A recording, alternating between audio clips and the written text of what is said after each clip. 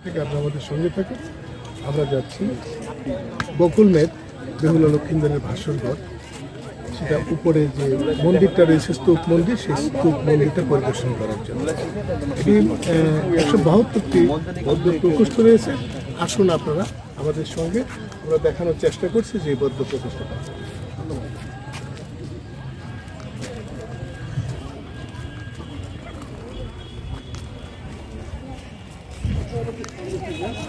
আমরা চেষ্টা করছি যে স্থান দিয়ে দেখেন খুব ঝুঁকিপূর্ণ, যে কোনো সময় ট্রাফিক সেগুলো দুর্ঘটনার সম্ভাবনা রয়েছে। বিশেষ করে খুবই কষ্টকর। তারপরে আমি একটু সঙ্গে থাকবেন, আসা এবং প্রত্যাশা রাখি।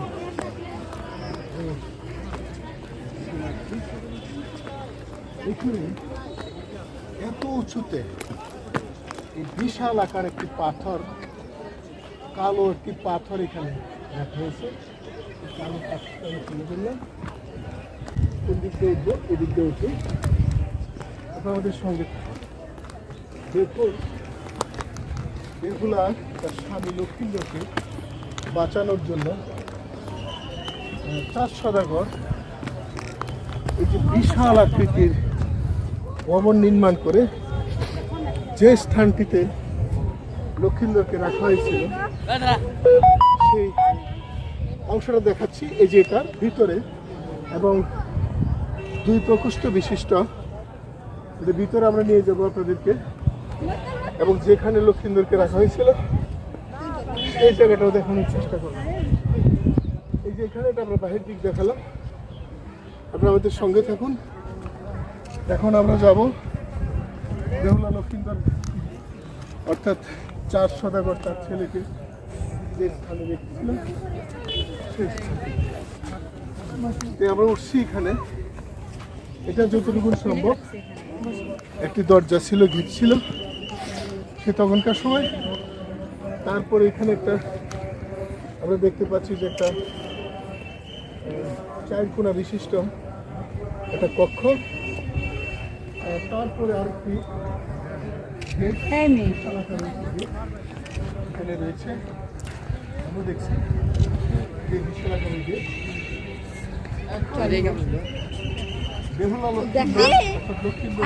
আমরা নিচে দেখবো, চেষ্টা করবো। আমরা গল্প বলি, কল্প কাহিনী যাই কিছু বলে থাকি, প্রায় 3 থেকে 4,000 বছর পূর্বেকার এই স্থানটি। এটা একটা কূপের মতো আপনারা দেখতে পাচ্ছেন, অথবা হয়নি, বোঝা খুবই কষ্টকর। এটার ভিতরে আমরা নিচে নামছি। আসলে যাই কিছু হয়ে থাকো, তবে এটি একটি কঠিন স্থান। আমরা চতুর্দিকটা ঘুরে একটু দেখাইতে চাই। এই স্থানে এটা আসলে বেহুলা লক্ষিন্দরের ভাস্কর কিনা এই বিষয়টা অনেকেরই সন্দেহ রয়েছে। তবে প্রত্নতাত্ত্বিকবিদরা যখন এই স্থানটি উদ্ঘাটন করে, তখন এই স্থানে অর্থাৎ স্বর্ণাথ এই সেই পত্র ফলকের ভিতরে এই বেহুলা লক্ষিন্দর সম্পর্কে কথিত বিষয়টা রয়েছে। আমি বসে দেখাচ্ছি। এই যে দেখেন এখানে যে ইটগুলা দেওয়া হয়েছে, ক্যামেরাটার কাছে আসলে ভালোই তো, অথবা এই ইটটা, এই যে 4 ইঞ্চি 6 ইঞ্চি যে ইটের ধরন, সেই ইটের আবিষ্কার আমরা জানতে পাই আজকে থেকে প্রায় 7,000 বৎসর পূর্বে।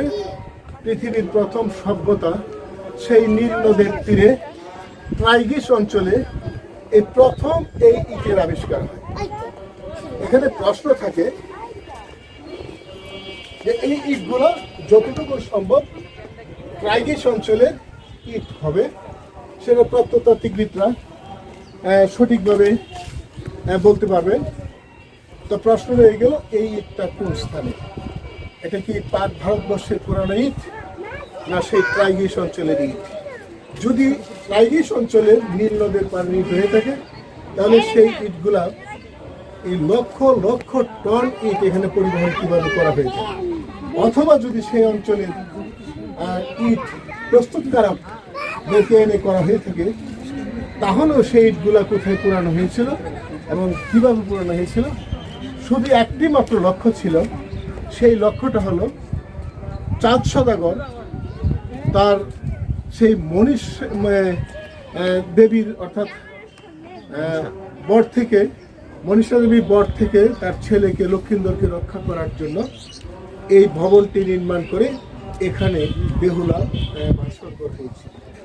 এইখানে যে সুড়ঙ্গ পথ, এই বিষয়টা আসলে এখানে বোঝানো মুশকিল। যে সুড়ঙ্গ পথ বলা হয়েছে, এই সুড়ঙ্গ পথটা কি এটা? তাহলে এই সুড়ঙ্গ পথটা কোন স্থানে যে থেকেছে সেই বিষয়টা একটা জানার বিষয় আছে। এখানে আমরা যে উঁচু জায়গাটা দেখছি সেটা চুন এবং শুকরি দিয়ে এই স্থানগুলা করা হয়েছে এবং একটা একটা করে ইট বিছানো হয়েছে। তবে এখানে একটা বিষয় বোঝা যায় যে নিপুণ হাতের কারিগর দ্বারা যে এই ভবনটা করা হয়েছে এটা পরিলক্ষিত হয়। সেই সময় আমরা কতটুকু সভ্যতার যুগ ছিল, কত স্কিল ছিল তারা, কত দক্ষ ছিল যে এইভাবে এই ভবনটা তারা নির্মাণ করেছে। এই পাশে 4 কোণে 4টা বসার জায়গা, অর্থাৎ এটা একটা কূপ আকৃতি। এই কূপের ভিতরে এই বাসর ঘর, কিন্তু সেখান থেকেও রক্ষা করতে পারেনি বেহুলা তার স্বামী লক্ষিন্দরকে। আমরা উপরে উঠে আসছি, আমরা দেখাবো পিছন দিকে, অর্থাৎ আমি আবারও উপরে যাচ্ছি, তারপরে নিচের দিকে এই দিকটা আমরা তুলে ধরার চেষ্টা করবো। সুপ্রিয় বন্ধুরা, আপনারা আমাদের সঙ্গে থাকুন। আমরা এই বাসর ঘরটা কত উঁচুতে করা হয়েছে, আমরা এই দিকটা যদি ক্যামেরা আসে তাহলে দিকটা আমরা দেখানোর চেষ্টা করবো। দেখেন সে কত নিচুতে এবং তার চেয়ে কত উপরে এই বাসর ঘর নির্মাণ করা হয়েছে।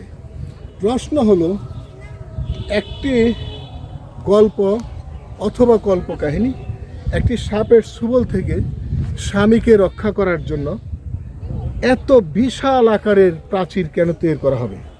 অথবা যদি এই কল্পকাহিনীটা মিথ্যা হয়ে থাকে, তাহলেই বা এই দুর্গটা, এই স্তূপ আকারের, এই যে বৌদ্ধ স্তূপ আকারের মন্দির, এটাই বা কেন নির্মাণ করা হবে? কারণ প্রার্থনার জন্য বা আরাধনার জন্য এ ধরনের কোনো নিদর্শন থাকার কথা না। ছোটোখাটো হলেই আমরা অন্যান্য জায়গায় পরশুরামে আমরা দেখেছি, অন্য জায়গায় দেখেছি। তো এই ধরনের যে স্থাপনাটা, এই স্থাপনাটা কেন? আমরা এখানে যারা রয়েছে আশেপাশের দর্শনার্থীরা কে কোথেকে আসে, তাদের একটা ইন্টারভিউ আমরা নিতে চাই। আপনারা আমাদের সঙ্গে থাকুন। আপনি কোথেকে আসছেন? তাহলে আপনার নামটা কি? ইব্রাহিম। ইব্রাহিম। তো এখানে কেন আসছেন?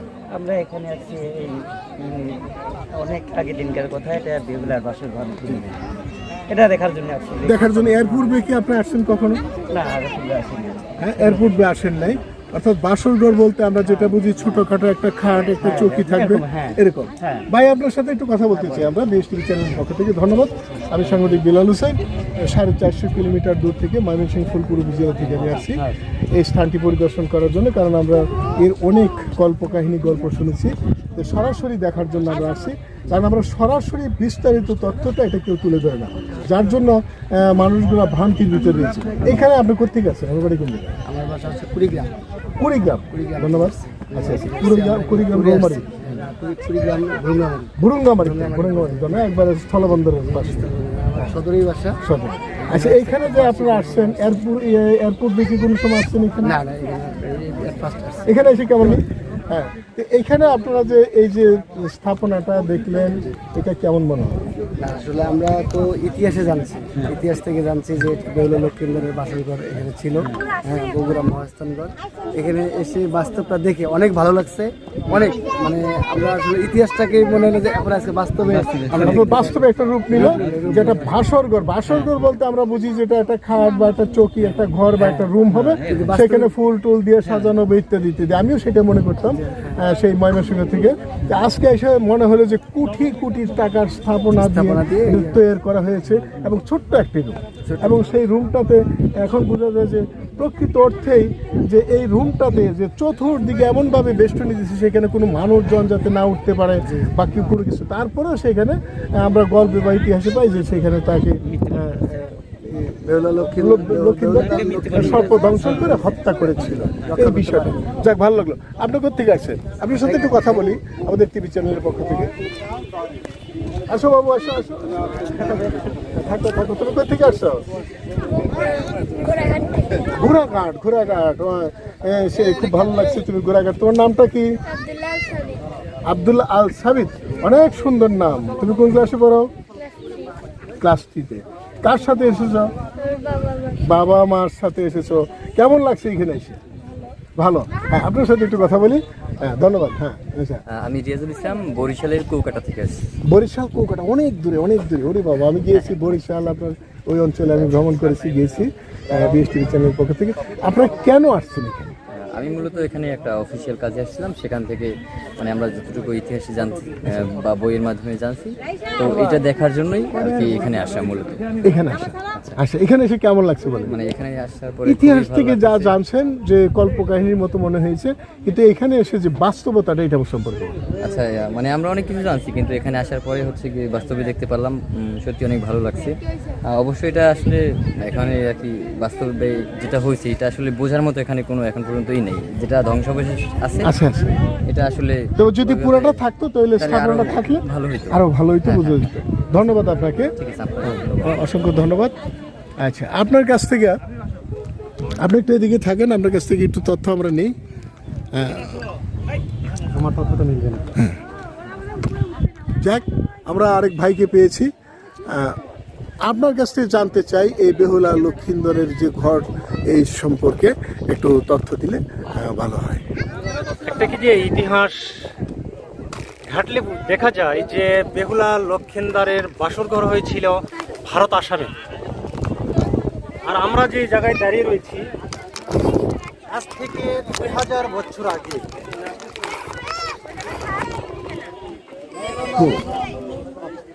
আপনি বলছেন যে বেহুলা লক্ষিন্দরের বাসর ঘর সে আসাম অঞ্চলে। হ্যাঁ, কিন্তু আসাম অঞ্চলে ঠিক আছে, 4 সওদাগরের যে ঘটনাটা আসামের সাথে সম্পৃক্ততা একটা আছে। হ্যাঁ। তো এক সময় ভারত বাংলাদেশ পুরাটাই কিন্তু এক ছিল, হ্যাঁ, ভারত বাংলাদেশ ছিল। কিন্তু এই ধরনের স্থাপনা, বেহুলা লক্ষিন্দরের ভাস্করের স্থাপনা আসাম কোথাও এই ধরনের ইতিহাসে পাওয়া যায় কিনা, বা এই স্থাপনাটা ভাস্করটা আছে কিনা, এই ধরনের। ধন্যবাদ। যে বেহুলার বাবার বাড়ি ছিল সিরাজগঞ্জে বেহুলার বাবার বাড়ি ছিল।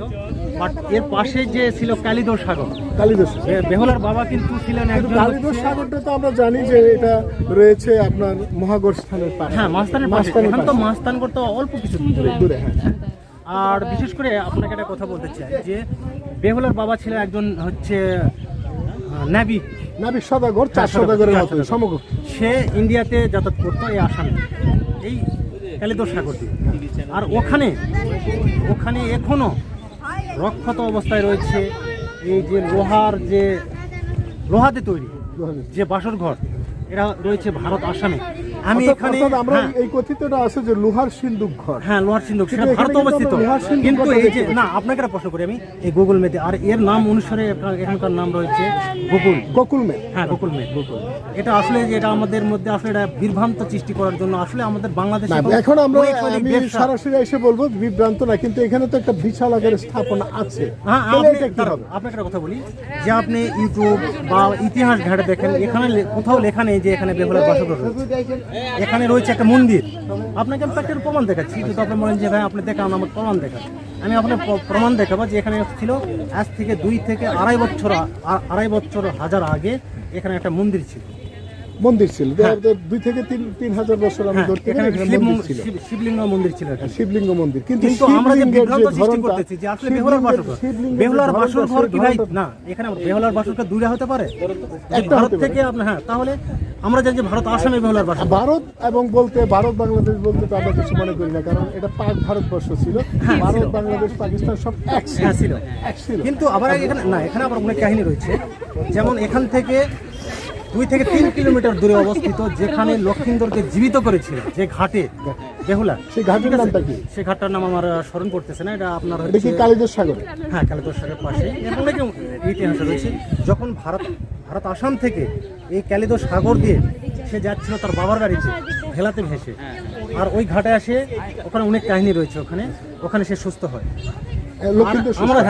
আমরা জানি যে বেহুলার বাবার বাড়ি ছিল সিরাজগঞ্জ, আর ওনার হচ্ছে শ্বশুর বাড়ি ছিল ভারত আসামে। তাহলে এখানে কেন? এটা তো মধ্যস্থল, আমরা মনে করি যে এই স্থানটা একটা মধ্যস্থল। হ্যাঁ, মধ্যস্থল। কারণ যেহেতু তারা বাণিজ্য করতেন, বিভিন্ন জায়গায় তারা নৌকা নিয়ে যেতেন, সেই দৃষ্টিতে এটা মধ্যস্থল। এবং তার বাবার বাড়ি যেহেতু, তাহলে আমরা এটাই তো ধরতে পারি যে আপনি দেখেন ইউটিউব বা হচ্ছে বিভিন্ন মানে ইতিহাস খুঁজে দেখেন বেহুলার বাসর ঘর একটি। আপনার সাথে আমি একমত না হলেও আপনার সাথে কিন্তু আপনার কারোটা কথা বলি যে আমাদের না, যেমন আমি বলি আপনাকে যে আমাদের বাংলাদেশে অনেক কিছু নিয়ে ব্যবসা করা, এমনকি এখানে আমি যদি ঢুকি আমাকে ওই গেটে কিন্তু 30 টাকা দিয়ে ঢুকতে হয়। এটা কিন্তু একটা ব্যবসা না, এটা আমি আমি এটা ব্যবসা বলবো না, কারণ এখানে এটা প্রাচীন নির্মাণ সহ এবং এটার যে রক্ষণাবেক্ষণের জন্য, সৌন্দর্য রক্ষণাবেক্ষণের জন্য এবং অন্যান্য অনৈতিক কাজ থেকে রক্ষণাবেক্ষণের জন্য এখানে যে পাহারা বা অন্যান্য দিকটা করা হয়েছে, এটা আমি বলবো যে এটার এখানে যারা জনবল নিয়োগ করা হয়েছে তাদের জন্য হয়তো ভালো দিকটাই করা হয়েছে। যদি এটা না করা হইতো তাহলে অরক্ষিত বিভিন্ন দর্শনার্থীরা আসেন। ভাই একটু কথা বলি আপনার সাথে। বিভিন্ন জায়গা থেকে যে লোকজন আসছে তারা আজকে একবারে এটা অভয়ারণ্য সুন্দরভাবে ছেলে মেয়ে নিয়ে ঘোরাফেরা করতেছে। এখানে আইন শৃঙ্খলার কোনো বিঘ্নতা না ঘটার জন্যই হয়তো এই ব্যবস্থাপনাটা তারা করছে। হয়তো আমরা মনে করতেছি যে অধিক টাকা তারা নিয়ে নিচ্ছে, সেই সব কিছুর সাথে তাল মিলিয়ে হয়তো আমি মনে করবো যে ঠিক আছে, যত সামান্য হলেও যে আমরা যে নিরাপদে ছেলে মেয়ে নিয়ে আসতে পারতেছি, ছিনতাইকারী নাই এখানে, পকেট মাইর নাই, মেয়েদের গায়ে টাচ দিচ্ছে না, বাণী ব্যাগটা ছিনতাই করে নিয়ে যাচ্ছে না, আমার গাড়িটা রেখে আসছি সেটা নিরাপদে রয়েছে, একটা গেট দিয়েছে, সেই ক্ষেত্রে আমরা মনে করব এটা ভালো। আবার ভিন্ন ক্ষেত্রে আপনি যেটা বলছেন সেটা আমি একমত পোষণ করি। সেটা হলো যে যদি বিনা টাকায় দিত তাহলে এখানে কেউ থাকবে না, শ্রম দিবে না, এখানে পাহারাদার থাকবে না, তাহলে সেখানে তো আমাদের অরক্ষিত অবস্থান থাকবে। আজকে যে চতুর্দিকে সরকারিভাবে যে বাউন্ডারি করা হয়েছে, আমরা দেখলাম যে লোহার বাউন্ডারি চতুর্দিকে করে দিয়েছে, বাহির থেকে কোনো দুষ্কৃতী প্রবেশ করতে পারতেছে না, কোনো ছিনতাই রাহাজানি করতে পারতেছে না। বা আমাদের দূরদূর, আমি বরিশালের একজনকে পাইলাম রাজশাহী থেকে, আপনি ভাই করতে যাচ্ছেন টাঙ্গাইল থেকে, দেখেন টাঙ্গাইল থেকে চলে আসেন, টাঙ্গাইল কোন উপজেলা আসলে সামনে আসেন, কালিহাতি উপজেলা, আমার কাছাকাছি মানুষ, আমার বাড়ি ময়মনসিংহ ফুলপুর উপজেলা, প্রায় 450 কিলোমিটার দূর। আপনি করতে যাচ্ছেন কালিহাতি থেকে। আচ্ছা, এখানে এসে কেমন লাগলো? এই ভাইয়ের সাথে কিন্তু আমি একটু তর্কে বিতর্কে জড়াইলাম। হ্যাঁ, তর্কে বিতর্কে জড়ালাম এই জন্যই যে ভালো এবং মন্দ দিকটাই তো আমরা তুলে ধরবো, তাই না? যে মন্দ দিক যেখানে থাকবে, যেখানে আলু থাকবে সেখানে আদা থাকবে, এটাই কথা। তো যাক, পরিশেষে আপনার কাছ থেকে জানবো যে আপনি বলতেছেন ভারত এবং বাংলাদেশে, কিন্তু আমরা বাস্তবতার উপরে বিশ্বাস করি। আমি এইখানে এসে যে বাস্তবতা পেলাম সেই নিরিখে আমি বলবো এটা বেহুলা লক্ষ্মীন্দরের বাসর ঘর। আমরা পরবর্তী সময় যদি মহান আল্লাহ রাব্বুল আলামিন সেই সুযোগ দেন, সে আসামে যে আমরা উদ্ধার করার বা উদ্ঘাটন করার চেষ্টা করব যে 4 সদাগর সে কোথায় ছিল, তার কোন বাড়িতে অবস্থান করতো, যদি ইতিহাস থাকে সেইগুলো আমরা BSTV চ্যানেলে তুলে ধরার চেষ্টা করি। আপনারা কোথেকে আসেন? আসেন মাগুরা, আসেন একটু সামনে আসেন, অসুবিধা কি? আমরা তো সবাই দূর দূরান্ত থেকে আসছি এই স্থাপনাটা দেখার জন্য। আমরা সেই যে দেখেন এই যে প্রাগ ঐতিহাসিক যুগ, তাই না? একটু সামনে আসেন। সেই প্রাগ ঐতিহাসিক যুগ থেকে এখানে আমরা শুনে আসছি, সে নাটকে সিনেমাতে দেখছি, পড়ছি, দেখে আসছি। তা আজকে সরাসরি আসলাম। আমরা মনে করতাম, বোন তোমরা কোথেকে আসছো? হ্যাঁ, ভালো, হ্যাঁ, যাক, এই এখানে এটা মনে করেন বাসর ঘর। বাসর ঘর বলতে বুঝি একটা চৌকি অথবা একটা খাট, একটা পালং, একটা রুম থাকে, তার ঊর্ধ্বে না, আমার এটাই মনে হইতো। কিন্তু আজকে এখানে এসে দেখলাম যে বিশাল এলাকা নিয়ে প্রায় 5 তলা সমান উঁচুতে এসে তারপরে একটি কক্ষ পাওয়া গেল, ছোট্ট একটা খাট অথবা একটা পালং রাখার মতো একটি কক্ষ পাওয়া গেল। এই ছোট্ট একটি রুম করার জন্য এই এত বিশাল কোটি কোটি টাকার ইট দিয়ে এই ইমারত নির্মাণ করার কি কোনো প্রয়োজন ছিল না। তারপরেও কিন্তু রক্ষা হলো না, আমরা গল্পে কাহিনীতে এবং বইপত্রে আমরা জানতে পারি। যাক, সকলে ভালো থাকবেন, সকলে সুস্বাস্থ্য আর দীর্ঘায়ু কামনা করি। বাড়ির কাছ থেকে আর কি নতুন তথ্য পেতে পারি? আপনি একটু কাইন্ডলি একটু এদিকে দাঁড়ান, আপনার ফেসটা আমরা একটু ক্লিয়ার নেই। যাকে আপনার সাথে আমি একটু তর্ক বিতর্কে জড়াইলাম জনস্বার্থে। এই যে পিছনে যে আমরা একটা নদীর মতো দেখছি, এটা কি নদী? এটা একটা নদীর নামকরণ আছে এখানে, এবং আপনার পিছনেই এই যে আপনারা দেখছেন, এটা হলো বেহুলা লক্ষিন্দরের ভাস্কর। এই যে বাচ্চারা, এই যে বোনেরা এখানে দেখা যায় দেখছে, এবং এটা হলো গেট, এই গেট দিয়ে প্রবেশ করছে। হ্যাঁ, এই যে গেট দিয়ে প্রবেশ করছে, আমরা দেখাচ্ছি। এই যে কয়েক ভাই রয়েছেন এটার ভিতরে, তারা দেখছেন যে যে ভাস্করের যে রুমটা, সেই রুমটাই আমরা সরাসরি দেখাচ্ছি। হ্যাঁ, এই দেখছেন তারা, এই যে ছেলেমেয়েরা উঠে আসছে, শিশু বাচ্চারাও কিন্তু এটাতে দেখছে। এই যে দেখতে পাচ্ছেন যে এটা হলো ভাস্কর, এবং ভিতরে আপনার যে ছোট্ট একটু দাদাভাই একটু, হ্যাঁ ঘুরেন, দেখি এই যে এই জায়গাটা, এটা ছোট্ট একটি গুহার মতো, অর্থাৎ যেটাকে ছিদ্রপথ বলা হয়, ছিদ্রপথের মতো, তবে এটা বেশি দূর নয়, এটা বন্ধ আছে। তো এই জায়গাটাকে বেহুলা লক্ষিন্দরের ভাস্কর বলে আমরা জানতে পাই। কিন্তু এই ভাস্করটাই ছোট্ট রুমটাতে BH-TV চ্যানেল, BH তো এই যে আমরা দেখতে পাচ্ছি, হ্যাঁ এই যে আমরা দেখতে পাচ্ছি এই রুমটা তৈরি করার জন্য কোটি টাকা খরচ করেছে। আমরা সামনের দিকে যাচ্ছি, আমরা সামনের দিকে দেখতে পাচ্ছেন যে দেখেন কত উঁচুতে এসে এই স্থাপনাটা করা হয়েছে। এখানে হাজার হাজার দর্শনার্থীরা এখানে আসেন, আপনারা দেখতে পাচ্ছেন। তো অনেক লম্বা ভিডিও, আপনারা BH-TV চ্যানেলের সঙ্গে থাকবেন, এবং আপনারা চ্যানেলটি সাবস্ক্রাইব করুন, বেল বাটন অল অপশনে ক্লিক করে রাখবেন। আমরা নতুন তথ্য তুলে। বোন, আপনি কোথা থেকে আসছেন? রংপুর থেকে। ওরে বাবা, অনেক দূর থেকে আসছেন।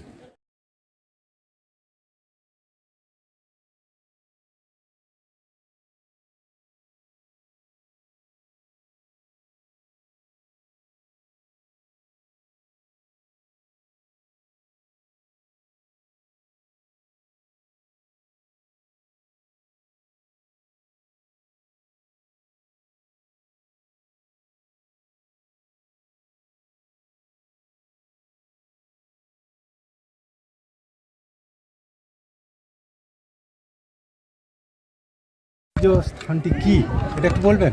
এটা একটা বেহুলা বাসর ঘর নামে বেহুলার বাসর ঘর।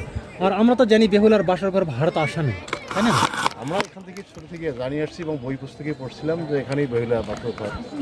আমরা এটাই দেখার জন্য। ওকে, ধন্যবাদ ভাই। তো আপনার চিলমারি থেকে কি নদী পার হওয়া যায়? হ্যাঁ, আপনি সরাসরি কুড়িগ্রাম হবেন, কুড়িগ্রাম থেকে উলিপুর থেকে চিলমারি হয়ে আপনার নৌবন্দর একটা ঘাট আছে, চিলমারি ঘাট, ওখানে উঠে তারপর আপনার নৌকায় চেপে চলে যাবেন। বাইক পার করা যায়, গাড়ি পার করা যায়। আচ্ছা, ধন্যবাদ আপনাকে। ভাই কোথা থেকে আসছেন আপনি? আপনার কাছ থেকে একটু বিরক্ত করি। কুড়িগ্রাম ভ্রুঙ্গামারি, ওই স্থলবন্দর যেটা, সেটা আমার সাথে যাওয়ার একটা প্রোগ্রাম আছে। আমার ভাগনা আছে সেখানে, পাথরের ব্যবসা করে, কুড়িগ্রাম ভ্রুঙ্গামারিতে থাকে। আমাকে দাওয়াত করে রাখছে, সেই জন্য আমি কুড়িগ্রাম হয়ে যাবো আর কি। আচ্ছা, ধন্যবাদ, ভালো থাকবেন। আমাদের BH-TV চ্যানেলের পক্ষ থেকে শুভেচ্ছা অভিনন্দন রইল। আচ্ছা, যাক, আসলে আপনারা কি দেখার উদ্দেশ্যে এসেছেন এখানে? শুনছি অনেক আগে তো শুনছি যে এখানে বেহুলার বাসর ঘর। আচ্ছা, এই বেহুলা বাসর ঘর। আচ্ছা, এখানে এসে কেমন লাগলো বলেন? এসে দেখলেন যে, তাতে কেমন লাগলো? মোটামুটি ভালো লাগলো, যে দেখার মতো। যাক, তা আমরা এই বোনেরা কোথেকে, আপনারা কোথেকে আসছেন? ভুরুঙ্গামারি। যাক, আপনার ভুরুঙ্গামারি কুড়িগ্রামের অনেক লোকজন আসছেন, আমি দেখতে পাচ্ছি। বরিশাল থেকে এবং অন্য রংপুর থেকে অনেকে আসছেন। এখানে আসলেন, আপনারা তো গল্প কাহিনীতে শুনেছেন। হ্যাঁ, এই জন্যই বাচ্চাদের দেখাইতে নিয়ে আসি। কেমন লাগলো? ভালো লাগলো। এই বোন কোথেকে, আপনি কোথেকে আসছেন? আমি কুড়িগ্রাম ভ্রুঙ্গামারি থেকে আসি। ভুরুঙ্গামারি থেকে। ধন্যবাদ। হ্যাঁ, বেহুলা লক্ষিন্দরের বাসর ঘর। হ্যাঁ, বেহুলা লক্ষিন্দরের বাসর ঘর। কেমন লাগলো আপনাদের কাছে? জি, মোটামুটি ভালো লাগে। ভালো না? ওকে, ধন্যবাদ। এটা তো এতদিন আমরা পরে এটা নিজের চোখে ব্যস্ত অবশ্যই ভালো লাগতেছে।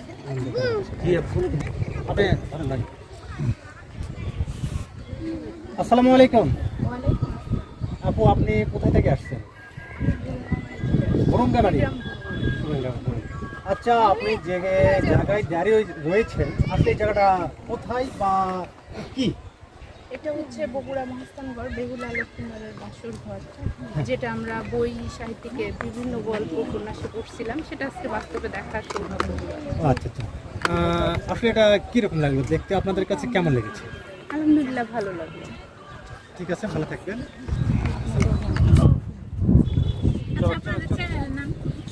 STV channel. চ্যানেল আর ইউটিউবে দিবে হচ্ছে সাবিদ নিউজ অফিসিয়াল।